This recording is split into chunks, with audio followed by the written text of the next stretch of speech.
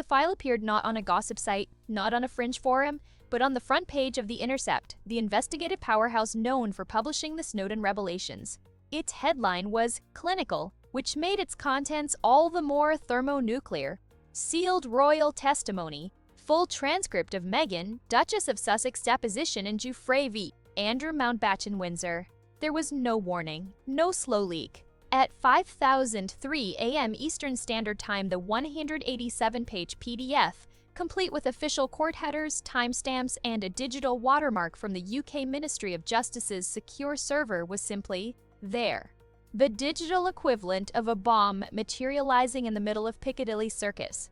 The first person to see it wasn't a journalist, but a night shift analyst at GCHQ, Britain's Signals Intelligence Headquarters. An automated flag on a dark web crawler pinged, indicating a mass data dump containing protected keywords: Sandringham, Balmoral, Knight of the Garter.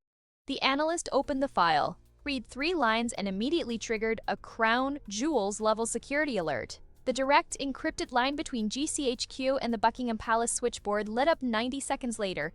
In his private apartments, King Charles was awakened not by a valet, but by the permanent secretary to the royal household, still in his overcoat, his face the color of parchment. Sir, a catastrophic breach. The Sussex deposition, it is public. All of it. Charles, a man who had weathered decades of scandal, simply sat on the edge of his bed, the weight of the words seeming to physically press upon him. The sealed testimony. The fragile, monstrous bargain. Andrew's diaries for Meghan's silence, institutional humiliation for containment, was now evaporating in the morning air. The castle walls, built over a year of torturous negotiation, had been vaporized before dawn, but it was the contents, not the leak itself, that constituted the true act of war. For the public and the press, zooming past the dry legal preliminaries, found the bombshell on page 23. It was an exchange that had been meticulously negotiated to be vague. In the leaked version, it was devastatingly clear. Attorney CRUZ, so you characterize your role in these circles from 2011 to approximately 2015 as what? An observer? A guest? The witness, I was not an observer. An observer watches from the outside. I was inside. I was the insider. I knew the rules. I knew the players. I knew what everything cost. I was the insider. The phrase isolated in black and white became the instant, eternal headline. It was a confession of complicity wrapped in a boast of access. It wasn't a denial. It was a claim of deep, intimate knowledge. The transcript then detonated, page by page, every protective seal broken. She named the gatekeepers, a now disgraced media mogul, a late oligarch's son, 2 Hollywood executives currently battling Me Too lawsuits. She detailed the currency, not just money, but information. Introductions, the silent approval of powerful men that could make or break a career. She mapped the pipeline, how certain events in New York or Miami fed guests to the yachts in Saint-Tropez, and how those yacht connections led to sponsorships and brand ambassadorships back in London and LA. And then, the true target, Prince Andrew. Her testimony moved from the general to the excruciatingly specific. CRUs, did the Duke of York ever explicitly ask you to recruit other women for social events? Witties, he didn't use the word recruit. That was crass. The language was bring a friend, liven up the party, find some nice energy. The understanding was absolute. You brought someone attractive, compliant, and discreet. It was the entry fee. CRUs. And if you didn't, Wittidus, then you stopped being invited. The doors closed. The guardian angel turned his back. The guardian angel. The moniker from the letters. Now confirmed under oath. But the leak's most savage twist wasn't just Meghan's testimony. Interwoven with her words, in redacted blocks now fully restored, were the contemporaneous notes from Andrew's private diaries, the very ones traded by the palace. Her testimony about a party in Gstaad was placed directly beside his diary entry for the same day, skiing with X. Skiing with X, healing at chalet with M, and the new girls from Hungary. Spirits high.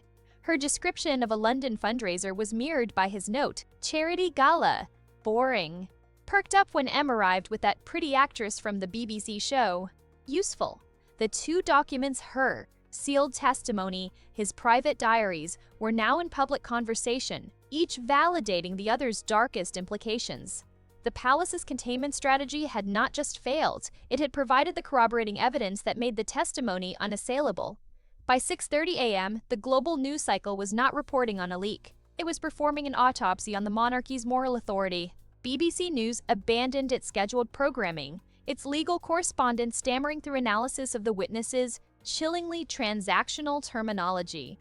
In New York, the anchors on Morning America held up printed transcripts, their expressions a mix of disbelief and grim triumph. And in a Montecito home now surrounded by a new, more aggressive scrum of paparazzi, Meghan Markle stared at her own words on a screen. The phrase, "I was the insider," glowed back at her. It was her voice. But in the cold type of a transcript, stripped of the pressured context of the deposition room, it sounded like a boast, like a confession, like the end of everything. She had held up her end of the bargain. She had spoken in the sealed room, and now someone had thrown a grenade into that room, and the shrapnel was her own voice, immortalized in the digital forever. The panic wasn't just in the palace. It was in her own heart, cold and absolute. The insider had been outed, and the walls were gone. The panic inside Buckingham Palace was not the loud, chaotic kind. It was a silent, glacial terror, the kind that freezes the blood and focuses the mind on pure survival. The 1844 room, site of the original War Council, was now a bunker under siege. The faces around the table were the same, but the atmosphere had curdled from strategic resolve into something closer to grief. Sir James Eadie, the Treasury Devil, spoke first, his voice hollow. The source of the leak is almost irrelevant at this moment. The authentication stamps are genuine. It came from the Ministry of Justice's secure server. That points to either a state-level actor, an insider with the highest clearance, or a cyber operation of unprecedented sophistication. We are treating it as a hostile act against the state. A state-level actor. The words hung in the air. Had another government weaponized royal scandal? Fiona Shackleton cut through the speculation. The source is a problem for MI5. Our problem is the law. The injunction is shattered. The victims' lawyers in New York have already filed a motion stating that as the testimony is now public domain, they are released from all confidentiality agreements and will be holding a press conference at noon. Andrew is finished. They will eviscerate him. Andrew is the least of it, said David Panic, the constitutional lawyer. He pointed a trembling finger at a printed excerpt. It's this. Page 112 ol. He read aloud, Searsy. During your time as an insider, did you ever receive any guidance, directly or indirectly, from members of the royal household or their representatives, regarding your associations? Which is? After my relationship with Harry became public in 2016, I was summoned for a meeting. I was told the past must remain exactly that, for the good of everyone. Some doors, once closed, should be welded shut. The implication was clear. Who summoned her? Panic demanded, though he knew the answer. Which member of the household?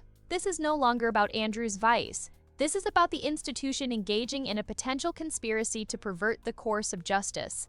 The welding shut of doors could be interpreted as instruction to destroy evidence or intimidate witnesses. The crisis had metastasized. It was no longer a sex scandal. It was a constitutional scandal. The allegation was that the monarch's staff had attempted to obstruct a foreign criminal investigation to protect the institution. On the other side of the Atlantic, the dominoes began to fall with mechanical precision. At 7:15 a.m. EST, the New York State Attorney General issued a subpoena to the royal family's longtime London lawyers, demanding all communications regarding the management of the public image or legal position of Sarah, Duchess of York, and Rachel Meghan Markle between 2011 and 2023. It was a fishing expedition with nuclear depth charges. At 8 a.m., Netflix issued a terse, two-sentence statement. In light of today's developments, Markle Productions will cease all operations effective immediately. Netflix has ended its overall deal with the Duke and Duchess of Sussex. The $100 million lifeline was severed without ceremony. But the most devastating blow came from within the family. A statement was released from Kensington Palace, from the office of the Prince and Princess of Wales. It was not about Meghan. It was about the monarchy itself. This is a time of profound sorrow and reflection for our family. The issues raised by these events are deeply concerning and go to the heart of the values we seek to uphold. We support fully any independent investigation into these matters and believe in accountability for all. Our thoughts remain with all victims of abuse and exploitation. It was a masterpiece. It expressed no opinion on Meghan's testimony. Instead, it positioned William and Catherine as the sober, moral future, implicitly distancing themselves from the toxic quagmire of Charles's reign and Andrew's past. It called for an independent investigation into the monarchy itself. It was the House of Windsor's younger generation publicly signaling a coup. The old way, the cover-ups, the secret deals was over. King Charles watched this statement on a muted television in his study. His son had not called him. The statement had been released without his knowledge. The message was clear. William was saving the monarchy by sacrificing his father's authority. For Harry, holed up in a cottage on the Balmoral estate, the leak was a different kind of hell. He read the phrase, "I was the insider," over and over. It was the final proof of the calculated life he had been part of. But it was another line that gutted him, CRUZ. When you decided to pivot to a more respectable public profile, was Prince Harry your target? Whittits. Harry was the ultimate sanctuary. A love story the world would believe. A story so powerful it would rewrite everything that came before. The ultimate sanctuary. He had not been a love. He had been a strategy. A brilliant, high-risk, high-reward exit plan from a damning past. Their entire romance, the fairy tale he had gutted his own life for, was framed in the testimony as a tactical maneuver. His phone rang. It was William. He let it go to voicemail. A text followed, "We need to talk. The line of succession is being discussed. For the children's sake." The line of succession. Archie and Lilibet. Their titles, their place, their very safety were now on the table, bargaining chips in a crisis he had married into. The leak had made his children vulnerable. Meanwhile, the global media machine had its villain, and it wasn't Andrew, it was the palace. The narrative crystallized by lunchtime. A corrupt ancient institution had knowingly harbored a predator, then cut a deal with a confidential witness to hide the truth, using her as a pawn in a game of power. Meghan was being recast, bizarrely, as a whistleblower, a flawed, complicit one. But the one who had finally talked. The panic in the palace was now a desperate scramble for the moral high ground that no longer existed. They were not just leaking, they were sinking. And the testimony in its raw, unfiltered form was the ice-cold water flooding every compartment. The press conference was not held by lawyers but by the Commissioner of the Metropolitan Police. He stood outside New Scotland Yard, the rain misting his uniform, and made an announcement that severed 1,000 years of precedent.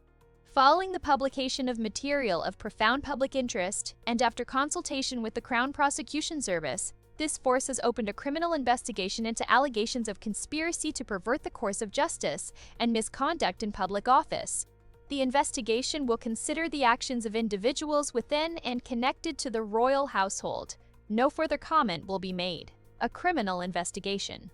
Not into Andrew's past actions, but into the palace's attempt to manage them. The institution was now a suspect. The legal and political dam broke completely. Parliament, in emergency session, voted to suspend the sovereign grant the public funding for the monarchy pending the outcome of the investigation. It was a financial and symbolic neutering. The royal family would have to live off its private wealth, itself now under forensic scrutiny from tax authorities. Across the ocean, Meghan's value transformed overnight. From a pariah, she became the most sought-after interview on the planet. Every network offered 8 figures for a sit-down. Her leaked testimony had made her the accidental icon of bringing down a corrupt system.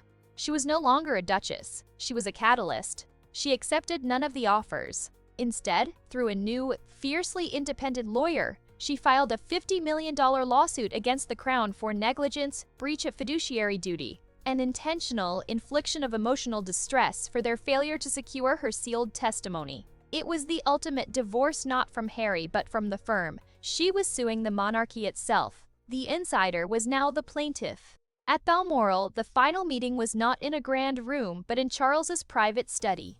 William stood before his father. The king looked aged a decade in a week. "It's over," William said, his voice not cruel, but final.